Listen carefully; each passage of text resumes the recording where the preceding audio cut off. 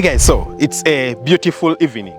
Now you're probably seated there at home and you've had this thought for such a long time. I mean, you've been watching my YouTube videos, or you've been, watching some other videos, or you have friends who are living a farming lifestyle. There's something called a farming lifestyle, something that people call a farming lifestyle.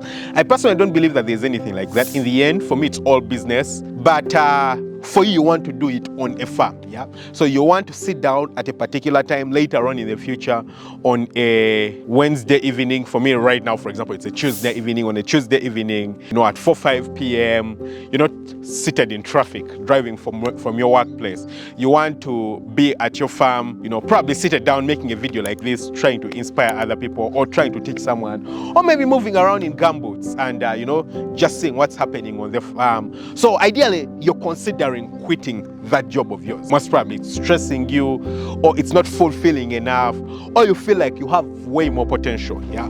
And so you want to quit that job and go build a farm, yeah? Set up a farm, start working on a farm, just like I do. And now you're thinking to yourself, when is the right time? Yeah, when is the perfect time for me to do this? Yeah, when is it a great time for me to actually do this? Well, in today's video, I want us to talk about this. Yeah, when is the perfect time? Should you be quitting your job after you've set up the farm and it's all running and everything is, perfect? Or should you be quitting your job way earlier? You quit your job, go set up the farm, be physically present while you're setting up the farm, and everything will be going well. So let's dive right into it. Now, the interesting thing is that there's no one single answer for this situation.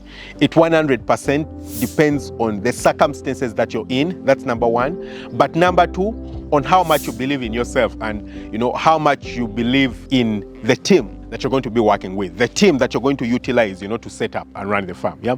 What does this mean? Let's go a little bit into more detail. The first thing, which is honestly also the most important factor to determine this, is your financial position. So if you're in a bad financial position, or you're not in such a good financial position, then most probably you're going to need to continue working as you set up the farm. Now, what does not so good of a financial position entail? I'll use myself as an example. When I started out, I'd saved up about 9,000 USD. Now, honestly, I didn't have 9,000 USD all at once, but I utilized about 9,000 USD until the point when my birds got to production. When I was just starting the farm, I'd only saved up about 3,000 US dollars. Now, for someone who started with 800 birds, 3,000 US dollars was nothing. At that time, I built my very first chicken structure on my dad's land. So I had the advantage of not having to buy land. For me, my dad gave me about 1/3 of an acre to utilize at that particular point, which I'm still utilizing up to now, by the way. So thank God for him. But I didn't have too much land, honestly. And I didn't have too much money. So, and at that time, I was working as a doctor. So what I had to do at that particular time is that I had to make the best use of my job as a doctor, yeah? So like I've told you, the $3,000 I had was to, start constructing the structure and things like that.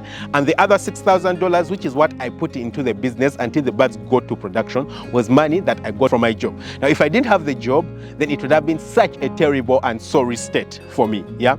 So depending on your financial position, you need to make sure that you're a bit secure. I'm not the kind of person who loves taking unreasonable risks. So I love taking risks, but the risk needs to be reasonable. It needs to be logical. It needs to make a bit of sense, yeah? So when it does come to farming, it's not 100% guaranteed.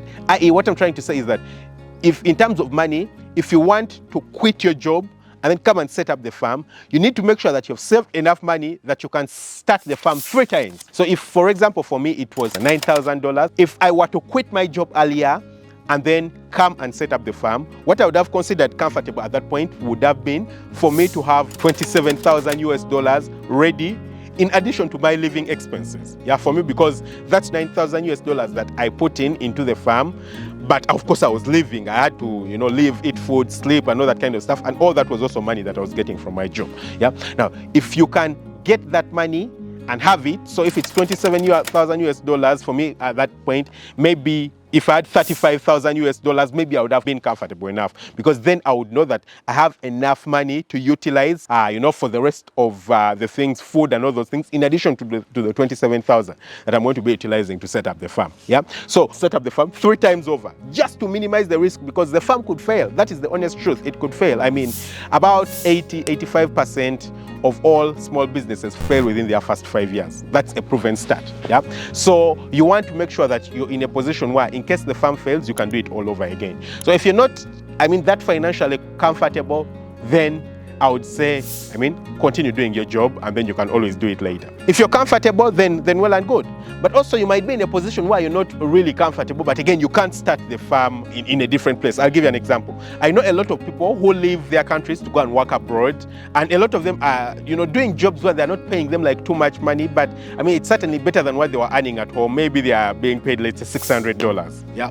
And at home, they were probably getting, let's say, $50 or $100. So $600 is good, but it's not too much. Yeah. Now it will depend on, again, on the scale of the farm. If you're going to be starting out a broiler farm that only does 200 birds, then maybe it would be comfortable enough. You can't continue working in another country where they are not paying you so well, yet you've gotten enough money to come and start like a broiler farm. You think to yourself, well, I have no alternative but to go over and start it. Yeah, maybe the place that you're working at is not, getting you proper money, sensible money. Yeah, then it's probably worth it for you to sacrifice. Feel like, well, I have enough money to do 2 cycles, so I'll go back home and start the farm, and it will run. Yeah, so that's the second circumstance that you might be in. Now the other position is if you don't have someone that you can trust with running the farm. Do you actually have someone that you can trust with running the farm? For me, when I was starting out, there was no one I could trust with running the farm. Yeah, and it's quite understandable that a lot of people who are starting businesses feel this way.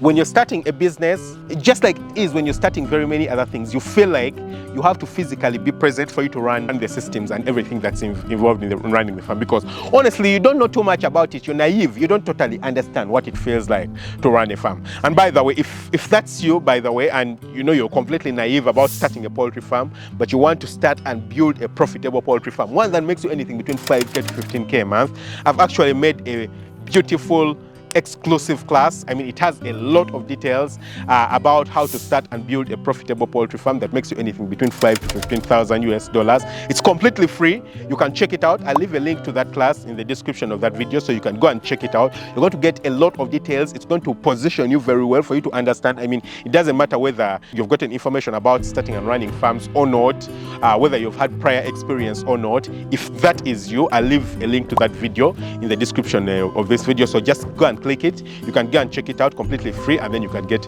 more information about how to actually start and run a farm properly. But then if you're that kind of person who completely has no idea, about farms and all that kind of stuff, then you're thinking to yourself that a farm can only be done in your presence. You want to be present and run stuff physically. Yeah. Now, if honestly you don't know anyone and you can't come across anyone to help you do that work, then 100% you have to quit your job and be there. Yeah. For me personally, at that time, I felt like I had to start it, but then I had the advantage of being present. I would say the place that I used to work at was like maybe 30 kilometers away from the farm. So what that meant is that it was quite easy for me to like move in between the places, even on short notice. Yeah. And it's up country. So when I talk of 30 kilometers, I'm not talking about moving 30 kilometers in heavy traffic. No. 30 kilometers where it takes you like, 30 minutes to move in between the two places. So because of that, it was quite easy for me to move in between the places, because, anytime any problem comes about. So if you're that kind of person and for you it's really difficult to get someone, then maybe you might have to quit. But if you can move in between the places, again, I would say don't risk it. You probably have to work twice as hard or 3 times as hard as anyone else for you to make the ends meet. But I would still suggest that it's better for you to not quit and have to move in between. If you can get someone to do the work for you, it doesn't matter where you are. Personally, I know a lot of people who are in different countries.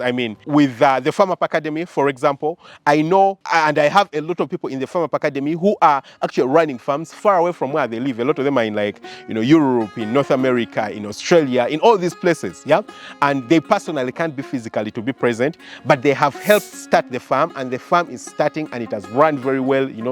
Everything is going on very well because they got the right people. Yeah, so you need to make sure that you can get people, and but they don't need to be very educated people. They don't need to be someone who has had like many years of experience, many years of training in starting and running and managing a farm. No, they just need, a few particular key indicators that you need to be able to point them to, and so that you can understand management very well. Yeah.